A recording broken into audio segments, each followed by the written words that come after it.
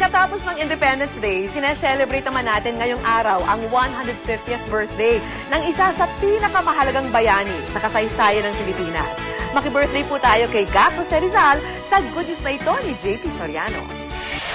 Bilang pagpugay sa ika-150th birthday ng ating pambansang bayani, inilunsad ng Department of Tourism o DOT ang Lakbay Rizal at 150, isang makabuluhang pamamasyal at paggunita sa buhay ni Jose Rizal. Para yung mga turista ay lalakbay sa mga dating pinuntahan ni Dr. Rizal. Siyempre pa, inilunsad ang proyekto sa Rizal Park sa pangunguna ng DOT. Unang binisita ng grupo ang monumento ni Rizal. Bawat manlalakbay may hawak na passport, patunay sa kanilang pakikibahagi sa tour. Ayon kay Kaenza, isa sa mga estudyante ng grupo, mas nakilala raw niya ang bayani sa kanyang paglalakbay. It really means something to know that national hero, and we really owe a lot from him because we owe our freedom. Present din sa tour ang apo ni Rizal na si Amelia Garcia Yulo. Siyempre, we are honored. We really are honored kasi wala namang, he is the great hero of the Philippines, di ba? Kaya we are really, really honored. Mula Intramuros, binisita ng grupo ang Fort Santiago hanggang marating ang Paco Park kung saan inilibing ang mga labi ni Rizal. Kung ibinagdiwang nila ang kaarawan ni Rizal sa pamamagitan ng pamamasyal, ang iba naman nagbibigay pugay kay Rizal sa pamamagitan ng mga awit.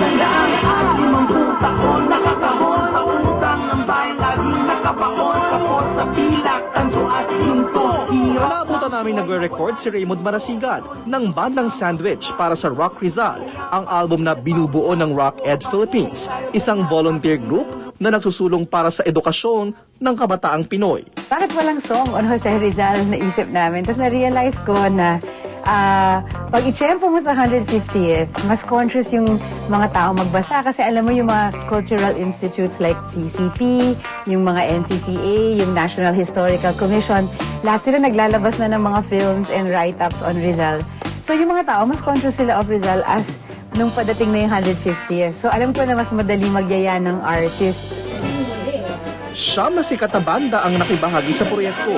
Bago pumili ng tema para sa kanilang mga kanta, kinailangan muna nilang mag-attend ng Rizal History Class sa Philippine Historical Commission. Ang bandang Sandwich, piniling isulat ang tungkol sa love life ng pambansang bayani. Yung pagmamahal niya sa mga kasintahan niya at yung pagmamahal niya sa bansa, ginawa naming kanta. Say San Gertrude, bakit Nelly, paalam.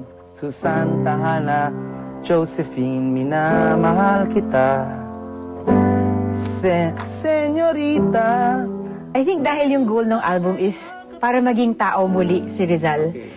Bakit ko sinasabi para maging tao muli? Kasi masyado tayong nasanay dun sa planchadong Rizal, yung nasa piso, nasa pera, nasa rebulto. Sa anumang panahon, mananatiling buhay sa ating mga puso't isipan si Jose Rizal. Salamat sa mga malilikhaing pagunita sa kanyang mahalagang kontribusyon sa ating pagka-Pilipino. Ako po si JP Soriano at ito ang aking Good News.